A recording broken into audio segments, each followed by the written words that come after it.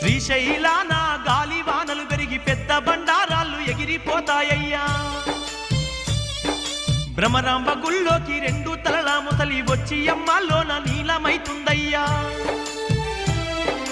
శ్రీశైలాన మల్లికార్జున స్వామి మనుషులతోని మాట్లాడుతాడయ్యా శివుడి కంట నుండి నిప్పులే కురువంగ గౌరమ్మ కన్నీరు మున్నీరైతుందయ్యా రాచరి కాలన్ని చెల్లిపోతాయ్యా రాతి బతవన్నేమో రంకెలేస్తాడయ్యా ముండమో పూలంత ముత్తైదులు కాగా మగవాళ్ళు లోకాన తగ్గిపోతారయ్యా